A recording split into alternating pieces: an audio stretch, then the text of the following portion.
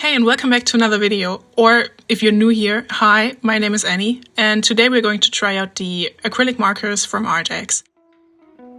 I've never actually worked with acrylic markers before, so this is going to be my first time working with them, and I'm very excited to see how they work and if I'm gonna like them.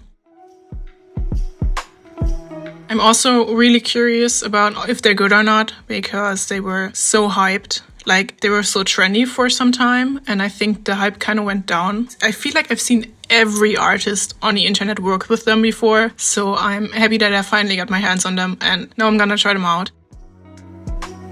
They are really juicy, I have to say that. Like, just from trying them out, I really like the brush tip for now. I really like that you don't have to pump them like other acrylic markers. I have like one Posca pen, and that's something that I don't really like, but at the same time I think this may prevent them from drying out as fast. I'm not really sure. I also tried blending them. I feel like you can't really blend them that well. Like, I mean, if you're fast enough, you can try blending them while they're still wet, but I feel like they dry really, really fast, which is a good thing, but not so much for blending. So if you want to blend your markers, you may have to like go over them a lot and like try to make like very small strokes. So it just seems blended, but it's not really blended. You know what I mean? But one thing about them is like, this can be positive and a negative, so not all of them are 100% opaque. So some of them are a bit translucent, but this can actually help you if you want to blend your markers. If you want opaque markers, that's not really a good thing, but if you want to blend them, then translucent markers can help a little with that.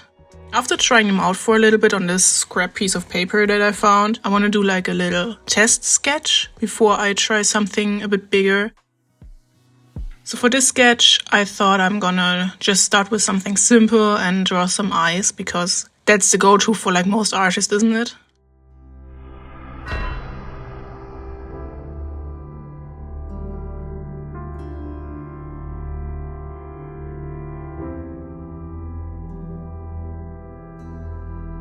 This year I'm trying to not be as much of a perfectionist as I am, which doesn't mean that everything I do is perfect, but like, my mind wants it to be perfect, and if it's not, it's just... And if it's not, my mind just doesn't like it.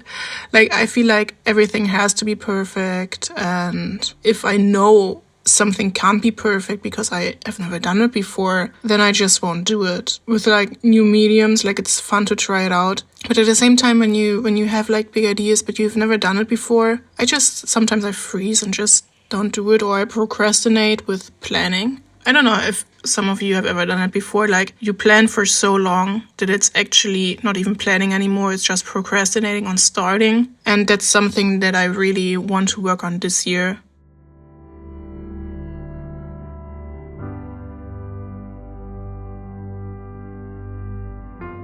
I'm gonna start with this blue marker, with this bluish color, it's a little turquoise.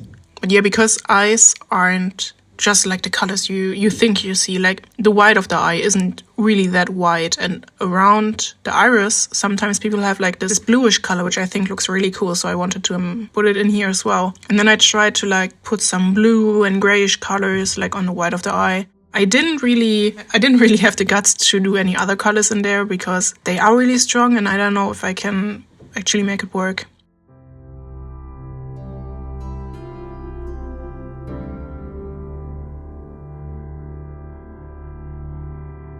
And here I started to realize that most of the colors are on the same value. So there are really light colors and there are medium colors, but there aren't really a lot of dark colors. Like, they seem dark at the beginning, but if you really start drawing with them and you need like really deep colors, there aren't a lot. And I feel like a lot of the browns are like on the same value level. So this is something that I don't really like about these markers. But yeah, other than that, I like the selection of colors. I just wish there were darker colors.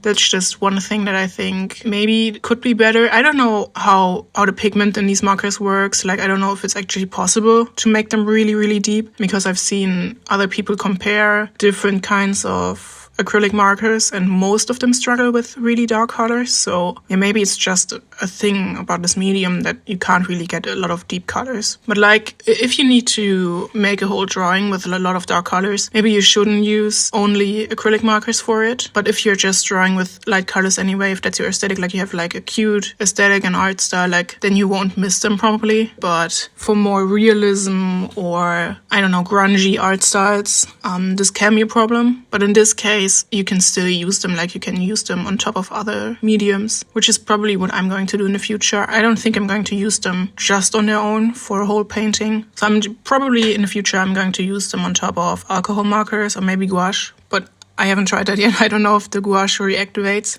I mean, you can use acrylic gouache, then it probably won't reactivate. And I haven't used them with colored pencils. I think that could also be a cool mix of mediums.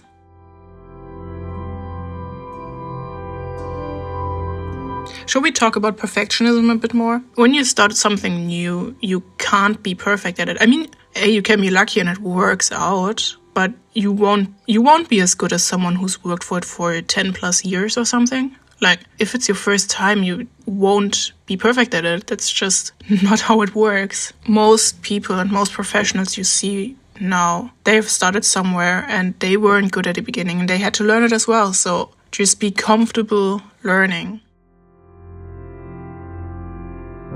I feel like perfectionism is such a big topic when it comes to the art community because especially with social media and everything, we just tend to compare ourselves. And I think even if you sometimes think you don't compare yourself, I think secretly a lot of us do.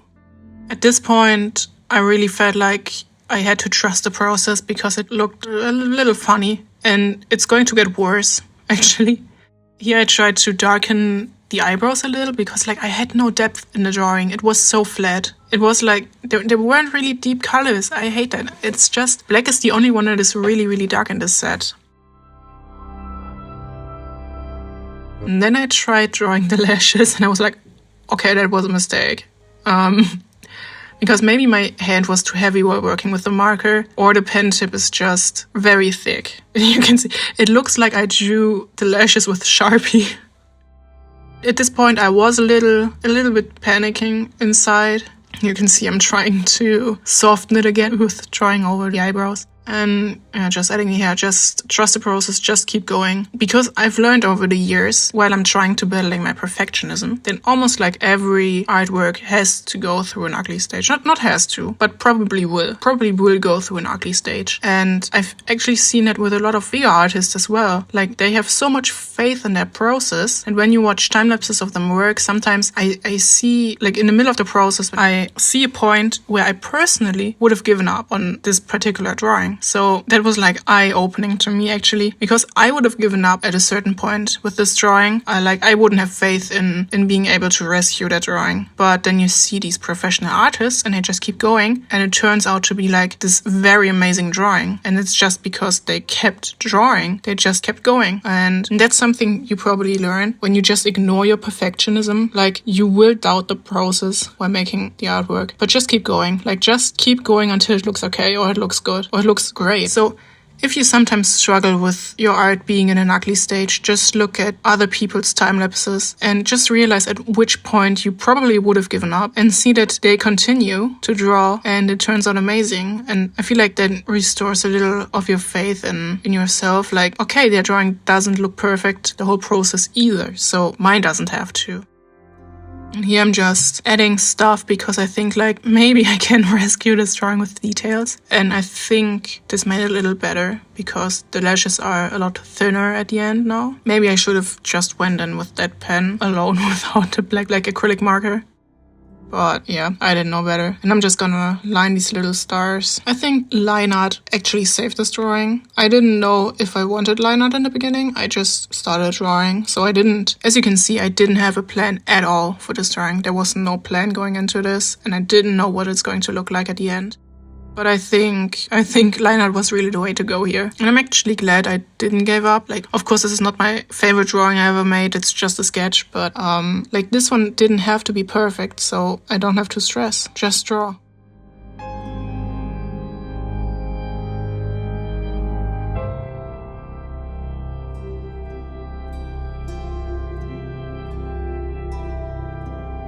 Okay, but also I'm not really a fan of the white marker. I think it could be a lot more opaque. And then I tried the Posca white marker and it also didn't do what I wanted. So I went back to, I think it's the Uni-Ball Signo I'm using here. Wait, let me look it up. Yeah, so that's the Uni-Ball Signo Broad in white. And that's actually my favorite white gel pen. It's the best one I've had for now. Sometimes some of them did dry up on me, but most of the time they're really good. And the other marker I had before, the Posca, is the Uni Posca White in 0.7 millimeters. And this one is really good. Like, it's also really good. It just didn't work for me on this drawing, but I like them both. They both have their perks. And here I'm just adding some sparkles because sparkles make everything better. This is how this sketch turned out. I think I really like it. I think it looks fun. So now we can go to the next drawing, which is like a multimedia thing. I wanted to try out how these markers perform on top of alcohol markers. So this I just sketched late at night in my bed. So I didn't have to do it on camera because then the video would get even longer. Yeah, I inked this as well, and then I tried erasing and then I smudged a little, but I don't care. We are not trying to be perfect here. We're just trying out some new markers. So it doesn't have to be perfect. It doesn't matter if we smudged it. And I think at the end you don't really see it that much. Here I'm just going in with the, wait, what are they called? They are the Ohuhu Honolulu markers. So the one with the brush tip and a chisel nib on the other end. And I have 2 sets of them. I have like one smaller colorful set and then one skin tone set. I had the colorful one for a little bit, and then after a lot of years I finally got myself the skin tone set, and this really helped me to make more marker art because I felt a little limited with the colors I had, and I had to have a few more skin tones. And I love the color variations in the skin tone set. Here I'm just doing a little trick where I use my colorless blender, and I think they come with every Ohuhu set. But yeah, I'm just using the colorless blender and I'm picking up some of the pigment from another marker and I'm applying it with the blender. So the color is a lot more sheer, a lot lighter, and this is how I get like more pastel tones because I don't have markers that light. I just wanted to get some color variation in these wings because I thought it would look like a little ethereal, like a little magical, to just not keep them plain white.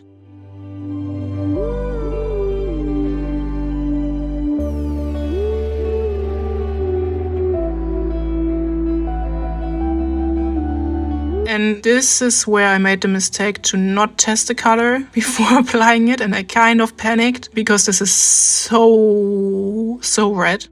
I thought I get like a little light pinkish tone, but no, that was red. But yeah, you have to keep going, and it would look weird if just one of the wings were in this reddish tone, so I just applied it everywhere. But I did dab the colorless blender. Like after I got some of the pigment on it, I dabbed it on a spare piece of paper so it's not that pigmented, and then I applied the rest. I think it looks okay now. The one feather looks like it's bleeding a little, but we don't care. It's not done. It doesn't have to be perfect. It's just a sketch. And with this one as well, I didn't have a plan going on. Like I just sketched something, inked it, and then went straight into coloring. Other than the wings, I knew I wanted the wings to have like this colorful thing about them, but like with the rest, I didn't know and just did what I thought in the moment. Like gave her like this blondish golden hair, as well as with the dress. I thought about making it red or like blue, and maybe I should have gone with blue. Maybe that would have looked better, but in the end I chose red, and I wanted to make it like a sequin moment with the acrylic markers, so I just wanted to try out what that would look like.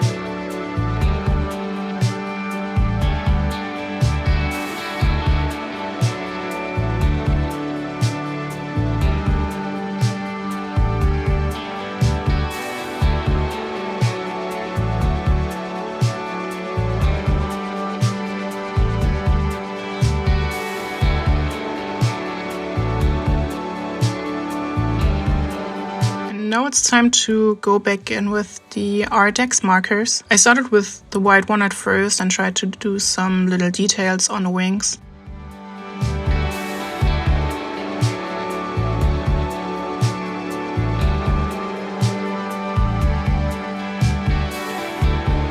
And then I tried doing like the sequins on the dress, and I used like all the colors that are already in the dress and just made a lot of little dots. And that takes a little while, but it could look cool in the end. Like I didn't know if this is gonna work, and you're going to see it. You can make up your own mind if you think that it worked. Then I used this like orangey color.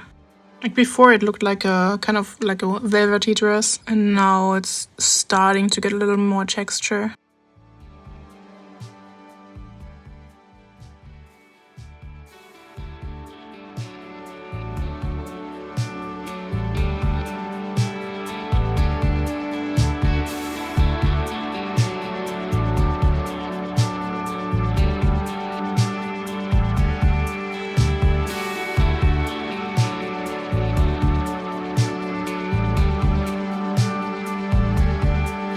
So what do you think? Did the sequin effect work or not? Like maybe I should have started it with the markers. That's one thing I regretted after doing it. I think I should have started making little dots with the marker and with the alcohol markers, I mean, and then go in with the acrylic markers. Maybe that would have looked even more convincing. I don't know, maybe. I'm gonna try it out next time. I'm gonna draw a sequence, which maybe never happens again. I don't know.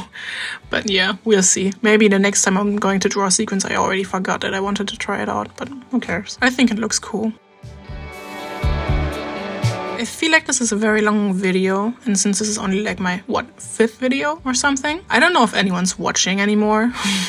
So if you are, tell me hi in the comments. Tell me what you think of this drawing. And yeah, here I just thought I'm gonna add like a black background to see how the acrylic markers perform on top of black. And this was so satisfying, and like I feel like this looks really cool. I love these stars and I love the colors. I love the texture in the wings as well, even though they're just a little too colorful for me. It's a bit too much. But I think it looks cool anyway. But yeah, just for next time. This is also a thing, like if you're not trying to make something perfect, you're going to learn something. Every time you do something and not get paralyzed and not start because you're scared it won't look good, you can learn something, get better, and the next one is going to look better than this one. So this actually helps your perfectionism, because in the end, if you just keep on practicing, you will get something perfect. So don't let perfectionism stop you. Like you can't get perfect if you don't start. And that may sound scary, because that means what you're doing now is not going to be perfect, but who says that it has to be? Who says it has to be perfect? There's no rules saying everything you do has to be perfect. And I feel like that's also something that just stems from this whole social media thing. Like we are scared to be judged, and that's why it has to be perfect. You don't want it to be perfect for yourself, do you really? I don't think so. I think you want it to be perfect because of other people, even if you never thought about it like directly, but subconsciously. I think that's where the problem stems from. And a lot of us are sharing our art on the internet, and it means even our practices, and that's scary because people might judge you. But at the same time, who cares? Like you can't get better if you don't practice. And if you get better and better, it's just not only freeing, because then your perfectionism like gets something perfect, but like I don't think that you are perfectionist in the end anymore, and it didn't even matter at all. Then you've learned that not being perfect is what makes you great. And there's this one really short quote that I really love, that it's just present over perfect. Like showing up is so much more valuable, so much more important than just making one thing that's perfect, or don't make anything at all. Just make something imperfect, make something fun. And even especially in the age of AI, who wants something perfect anymore? I mean, AI isn't perfect. It makes like 6 fingers on one hand and 3 ears on the head, whatever. But like even in the age of AI, you don't have to be perfect. You don't have to have perfectionism anymore. It doesn't serve you. It's good to see that a human made this artwork. It's even great. I think 2026 is the year that we all ditch our perfectionism and just do something. Just make art. Art is not perfect. It never was and it never will be. This was today's video. I really hope you enjoyed. I really hope you enjoyed me rambling about my very bad perfectionism that I'm trying to battle this year, and I hope it gave you some inspiration to battle your perfectionism if you struggle with it as well. I hope you liked the 2 drawings or sketches that I made in the end. I think some of the stuff looks really, really cool, and I wouldn't have started it if I let perfectionism stop me, because this was a new medium to me. It wasn't going to look perfect. It was going to have mistakes. Like, remember the lashes that I drew? They were not good, but I didn't let that stop me. And in the end, I liked the sketch. So yeah, I really hope you enjoyed this video. And I really hope that I'm going to see you next time. And if I don't see you again, remember, be kind to yourself and be kind to each other.